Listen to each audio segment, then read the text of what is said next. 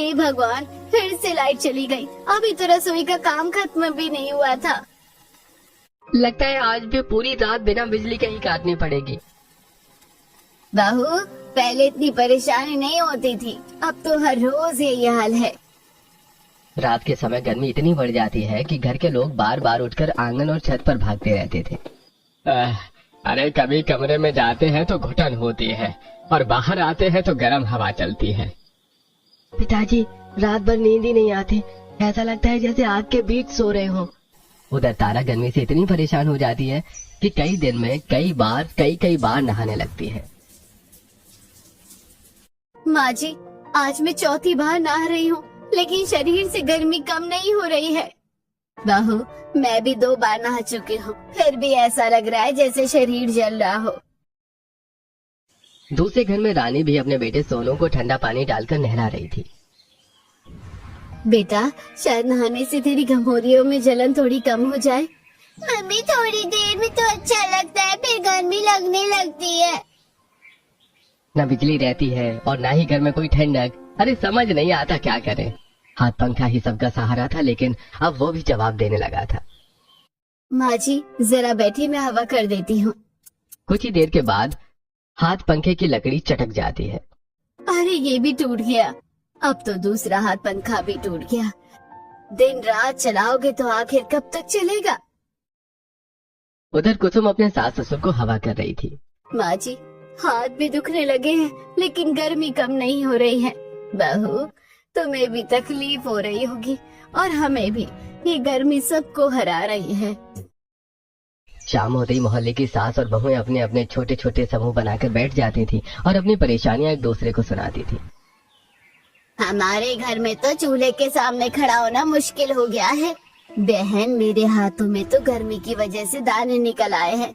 मेरी बहू सारा दिन रसोई में रहती है। उसका चेहरा तो देखो, ऐसा लगता है जैसे सारी ताकत खत्म हो गई हो। माँ जी, चूल्हे की आग, ऊपर से रसोई की गर्मी और फिर बिजली भी चली जाती है। कभी कभी लगता है कि दम ही घुट जाएगा। मेरे बच्चे को घमौरियां हो गई हैं, पूरी रात सो नहीं पाता। मैं तो नदी से पानी भरकर लाती हूँ। धूप में सिर पर घड़ा रखकर चलना बहुत मुश्किल हो गया है। बहू के साथ जाती हूँ, लेकिन रास्ते में कई बार रुकना पड़ता है। इतनी गर्मी सहन नहीं होती है। हमारे घर की छत दिन भर तपती रहती है। रात को भी ऊपर जाओ तो पैरों में जलन होती है।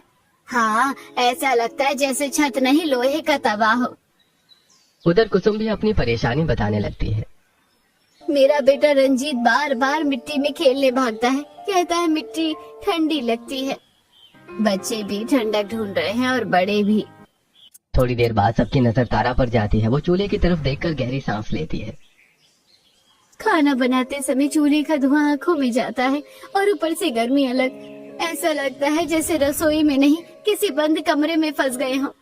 सच कह रही हो बहन, धुएं और गर्मी से घुटन होने लगी है। और ऊपर की छत तपन, रात में घर ठंडा नहीं होता। काश कोई ऐसा जुगाड़ मिल जाए जिससे घर में थोड़ी ठंडक हो जाए। पुराने लोग कहते थे कि मिट्टी में बड़ी ठंडक होती है, लेकिन अब समझ नहीं आता कि क्या करें। अगर कोई सस्ता और आसान उपाय मिल जाए तो पूरे मोहल्ले की परेशानी दूर हो सकती है। सारी सास और बहुएं अपनी अपनी बातें करते हुए एक दूसरे को देखती रहती हैं। सबके मन में बस एक ही सवाल था कि इस भीषण गर्मी, चूल्हे के धुएं और तपती छत से आखिर राहत कैसे मिले। एक दिन सुबह से ही तारा पूरे घर में गोबर से लिपाई कर रही थी ताकि घर में थोड़ी ठंडक बनी रहे। तेज धूप और गर्म हवा के बीच काम करते करते उसकी हालत खराब हो गई थी। माँ जी, सुबह से पूरा आंगन और रसोई लीप दी हूँ, अब तो हाथ पैर भी जवाब दे रहे हैं। बहू, सच कहूँ तो घर में पहले से थोड़ी ठंडक लग रही है। काम खत्म होते ही तारा सीधे अपने सास के पास जाकर बैठ जाती है। देखो बाजी, या तो आप करण देवर जी की शादी करवा दो, या तो फिर मैं ये घर छोड़कर चली जाऊंगी। अरे बहू, ऐसी बात मत कर। अगर तू चली गई, इतना सारा काम कौन करेगा। माँ जी, सुबह से रात तक काम ही काम है। एक बहू से सब ये नहीं होता। आज ही कोई फैसला करना पड़ेगा आपको। ठीक है बहू, ठीक है, मैं करण की शादी करवा देती हूँ, तू चिंता मत कर। माँ जी, ज्यादा देर मत कीजिए, अब मुझसे ये सब अकेले नहीं संभल रहा। उसी दिन से माधवी अपने बेटे करण के लिए लड़की देखने निकल पड़ती है। कई गाँव में रिश्ते देखने के बाद उसे एक लड़की पसंद आती है। ये लड़की बहुत सुशील लग रही है। इसका नाम क्या है? इसका नाम श्वेता है। उम्र 24 साल है। श्वेता देखने में बहुत सुंदर और संस्कारी थी। करण को भी श्वेता पहली नजर में पसंद आ जाती है। माँ, अगर आपको पसंद है तो मुझे भी कोई आपत्ति नहीं है। मुझे भी रिश्ता मंजूर है। श्वेता भी एक गरीब परिवार से थी। माधवी बिना किसी मांग के करण और श्वेता की शादी तय कर देती है। बिना दहेज के रिश्ता करना सबसे बड़ा पुण्य है। हमें बहू चाहिए, धन दौलत नहीं। कुछ दिनों बाद धूमधाम से करण और श्वेता की शादी हो जाती है। विदाई के बाद श्वेता अपने ससुराल पहुंचती है। आओ देवरानी, तुम्हारा हमारे घर में स्वागत है। बहू, दाहिना पैर रखकर घर प्रवेश करो। श्वेता का गृह प्रवेश होता है। पूरे घर में खुशी का माहौल बन जाता है। अगले दिन पहली रसोई की तैयारी शुरू होती है। दीदी, आज मैं सबके लिए अपने हाथों से खाना बनाऊंगी। आराम से बनाना, सबको अच्छा लगेगा। श्वेता बड़े मन से पूरी, सब्जी, दाल और खीर बनाती है। खाने की खुशबू पूरे घर में फैल जाती है। हमारी नई बहू तो बहुत अच्छा खाना बनाती है। अरे जल्दी परोस दो बहू। लेकिन जैसे ही सब खाने बैठते हैं, गर्मी के कारण किसी से ठीक से खाना नहीं खाया जाता। खाना तो बहुत स्वादिष्ट है, लेकिन गर्मी में मन ही नहीं लग रहा खाने का। लगता है जैसे रसोई की आग अभी भी सामने जल रही हो। ये देखकर श्वेता उदास हो जाती है। क्या मेरे हाथ का खाना अच्छा नहीं बना? नहीं देवरानी, खाना बहुत अच्छा बना है। इस घर की बस यही कहानी है। इतनी गर्मी है कि कोई ढंग से खा नहीं पाता। दीदी, आप चिंता मत करो, हम जल्दी ही कोई जुगाड़ निकालेंगे। खाना बनाने के बाद श्वेता आंगन में खूब सारा पानी डाल देती है और वहीं बैठकर सब्जी छीलने लगती है। अरे ये क्या कर रही हो? कपड़े गंदे नहीं हो जाएंगे? दीदी, वैसे भी इतनी गर्मी में नहाना ही है तो सोचा आंगन में पानी डालो, थोड़ी ठंडक रहेगी और यहीं बैठकर काम भी हो जाएगा। अरे ये तो बहुत ही अच्छा उपाय है, मैं भी यहीं बैठकर काम करती हूँ। दोनों बहनें मचिया डालकर गीले आंगन में बैठ जाती हैं और आराम से सब्जियां साफ करने लगती हैं। सच में देवरानी, यहाँ तो रसोई से ज्यादा ठंडक है।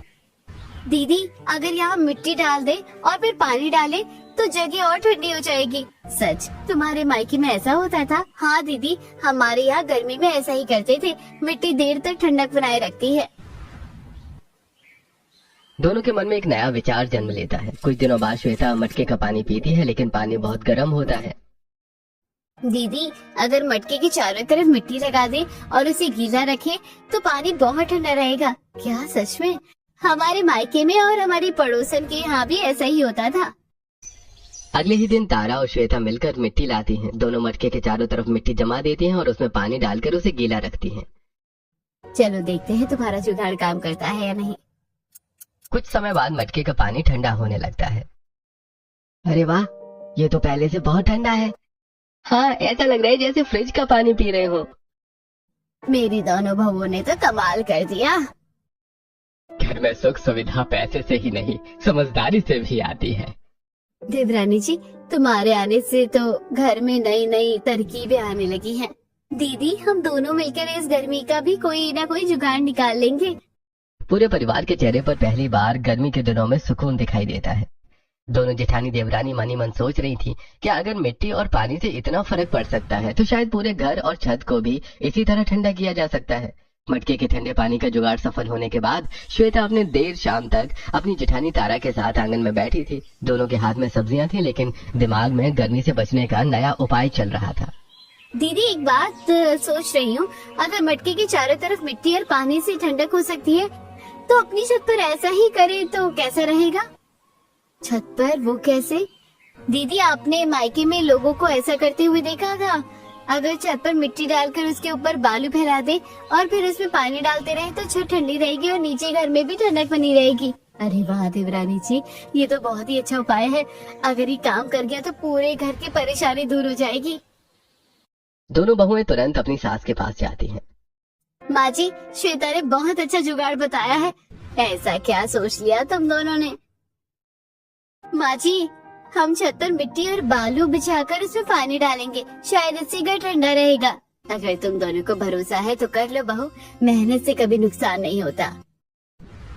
अरे हम भी देखेंगे तुम दोनों का नया जुगाड़। अगले दिन सुबह दोनों बहुएं टोकरी और फावड़ा लेकर निकल पड़ती हैं। कुछ मिट्टी तालाब के किनारे से लाई जाती है और कुछ उपजाऊ खेत की तरफ से। देवरानी जी, आज तो खूब मेहनत करनी पड़ेगी। दीदी, थोड़ी मेहनत करेंगे तो पूरी गर्मी आराम से कट जाएगी। मिट्टी इकट्ठा करने के बाद दोनों नदी किनारे जाते हैं और वहाँ से बालू लेकर आते हैं। अरे भाभी, आप दोनों तो पूरा घर बनाने निकले हो क्या? नहीं देवर जी, घर को ठंडा बनाने निकले हैं। अच्छा है, हम भी मदद कर देते हैं। पूरा परिवार मिलकर छत पर मिट्टी की एक मोटी परत बिछा देता है। उसके ऊपर बाद में बालू फैला दी जाती है। देखो देवरानी, पूरी छत ढक गई है, अब बस पानी डालना बाकी है। दोनों बहुएं बाल्टी भरकर पानी लाती हैं और छत पर डालने लगती हैं। आज तो लग रहा है जैसे पूरी नदी ही छत पर चढ़ा देंगे। जितना पानी मिट्टी में जाएगा उतनी ठंडक मिलेगी। कई बाल्टियां पानी डालने के बाद मिट्टी भीग जाती है और छत पर नमी बनी रहती है। कुछ घंटों के बाद घर के अंदर का माहौल बदलने लगता है। अरे बहू, आज रसोई में पहले जैसी गर्मी नहीं लग रही है। अरे मुझे तो यकीन ही नहीं हो रहा है, घर में सचमुच ठंडक सी महसूस हो रही है। हाँ तारा, आज पहली बार दोपहर में चैन की सांस ली है। ये सब हमारी दोनों बहुओं की समझदारी है। शाम को पूरा परिवार आंगन में बैठकर ठंडा मटके का पानी पीता है और घर की बदली हुई हवा का आनंद लेता है। दीदी देखो ना, अब खाना खाते समय भी पहले जैसी घुटन नहीं हो रही है। सच कह रही हो, तुम्हारे आने से तो घर में नई सोच आ गई है। अगले दिन मोहल्ले की औरतें किसी काम से उनके घर आती हैं। घर के अंदर ठंडक देखकर सब हैरान रह जाती हैं। अरे तारा, तुम्हारे घर में इतनी ठंडक कैसी है? बाहर तो आग बरस रही है। सच में ऐसा लग रहा है जैसे घर में गर्मी को बाहर ही रोक दिया हो। बहनी, जुगाड़ हमें भी बताओ। इसमें मेरा नहीं, सब श्वेता का कमाल है। अरे नहीं दीदी, हमने तो बस मिलकर कोशिश की है। हमारे घर में भी ऐसी ठंडक लाने में मदद कर दो ना। छत पर मिट्टी फैला दो, उसके ऊपर बालू डाल दो और समय समय पर पानी डालो। इसमें नमी बनी रहेगी और ठंडक महसूस होगी। तो चलो, हम सब भी यही करेंगे। दूसरे ही दिन पूरे मोहल्ले की बहुएं एक साथ निकल पड़ती हैं। कोई खेत से मिट्टी लाती है, कोई तालाब के किनारे से मिट्टी लाती है और कोई नदी की तरफ से बालू लेकर आती है। आज तो पूरा मोहल्ला एक साथ काम कर रहा है। जब सब साथ हो तो बड़ा काम भी आसान लगने लगता है। सारी बहुएं मिलकर अपनी अपनी छत पर मिट्टी और बालू फैला देती हैं। अब पानी लाने की बारी है। कोई कुएं से पानी भरकर लाता है, कोई सरकारी नल से और कोई अपने घर के घड़े का पानी ले आता है। सब मिलकर छतों पर पानी डालते हैं। मेहनत तो बहुत लगी है, लेकिन मन में खुशी भी है। अगर इससे घर ठंडा हो गया तो सारी परेशानी दूर हो जाएगी। धीरे धीरे समय बीतता है और मोहल्ले के कई घरों में लोगों को पहले से ज्यादा ठंडक महसूस होने लगती है। रसोई में पहले जैसे घुटन नहीं होती। रात को भी आराम से नींद आने लगी है। सच में सबने मिलकर बहुत अच्छा किया है। जब सब औरतें साथ खड़ी हो जाए तो बड़ी से बड़ी मुश्किल का रास्ता निकल ही जाता है। दीदी, अब तो लगता है हमारी गर्मी की लड़ाई हम जीत जाएंगे। शाम के समय सारी बहुएं अपनी छत पर बैठी थी। हल्की हवा चल रही थी और सबके चेहरे पर सुकून दिखाई दे रहा था। पूरे मोहल्ले में एक ही बात हो रही थी कि मिलजुल कर किया गया छोटा सा जुगाड़ सबके लिए बड़ी राहत बन गया। कुछ दिन बीत गए। अब मोहल्ले की छतों पर मिट्टी और पानी का जुगाड़ सबके लिए राहत बन चुका था। बिजली चली गई, पंखे बंद हो जाते, लेकिन पहले जैसी घुटन अब नहीं होती थी। माँ जी देखो, आज फिर लाइट चली गई, लेकिन घर में पहले जैसी गर्मी नहीं लग रही है। सच कह रही हो बहू, अब तो बिना पंखे के भी बैठा जाता है। अरे तुम्हारी समझदारी ने पूरे घर का हाल बदल दिया। अब मोहल्ले की सारी बहुएं रोज सुबह नदी और सरकारी नलों पर जाती थी। वहाँ से पानी भरकर अपनी अपनी छतों पर डालती और साथ ही साथ हंसी मजाक भी करती। अरे बहनों, जल्दी करो, आज धूप तेज होने वाली है। पहले पानी भरना बोझ लगता था, अब लगता है अपने घर की ठंडक ले जा रहे हैं। मेहनत तो है, लेकिन उसके बाद जो सुकून मिलता है वो कहीं नहीं मिलता। पानी भरने के बाद सब बहुएं थोड़ी देर नदी किनारे बैठ जाती, अपने पैर पानी में डालकर ठंडी लहरों का आनंद लेती। जब से श्वेता ने ये जुगाड़ बताया है, तब से ये जीवन बदल गया। पहले तो दिन भर बस गर्मी और थमोरियों की बातें होती थी। अब समझ में आया है कि हमारे बच्चे मिट्टी में इतना क्यों खेलते थे। उन्हें तो पहले से ही ठंडक का राज पता था। बिल्कुल सही कहा, बिल्कुल सही कहा। कुछ दिन और बीत गए। छत की मिट्टी थोड़ी बैठने लगी तो बहुओं ने सोचा कि उस पर और मिट्टी डालनी चाहिए। दीदी, अगर थोड़ी और मिट्टी डाल दे तो ठंडक और बढ़ जाएगी, लेकिन मिट्टी कहाँ से लाएंगे? क्यों ना मोहल्ले में एक बड़ा सा गड्ढा खोद दिया जाए, उसी की मिट्टी सब अपनी अपनी छत पर डाल देंगे। अगले दिन पूरा मोहल्ला एक साथ जुट जाता है। बहुएं, बच्चे और घर के बड़े मिलकर एक बड़ा गड्ढा खोदते हैं। अरे आज तो पूरा मोहल्ला मजदूर बन गया। अपनी मेहनत का फल सबसे मीठा होता है। गड्ढे से निकली मिट्टी सब अपने अपने घर की छतों पर डाल देते हैं। देखो दीदी, अब हमारी छत और अच्छी हो गई है। अब कई दिनों तक मिट्टी की चिंता नहीं रहेगी। मिट्टी निकालने के बाद गड्ढा खाली रह जाता है। बहनों, इसमें अगर हम पानी भर दे तो कैसा रहेगा?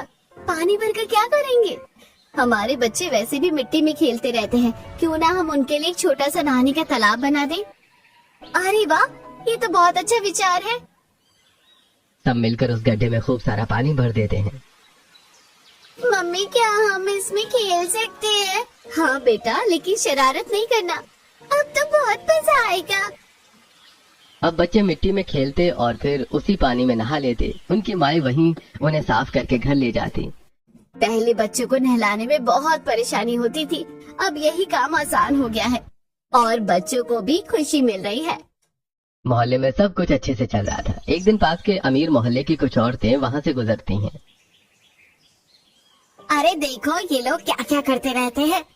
हमने अपनी छत से देखा था, अपनी छतों पर मिट्टी डालकर पानी भर रहे थे। अरे ये तो गरीब लोग हैं, हमारे जैसी सुविधाएं थोड़ी ना है, इसलिए ऐसे जुगाड़ करते रहते हैं।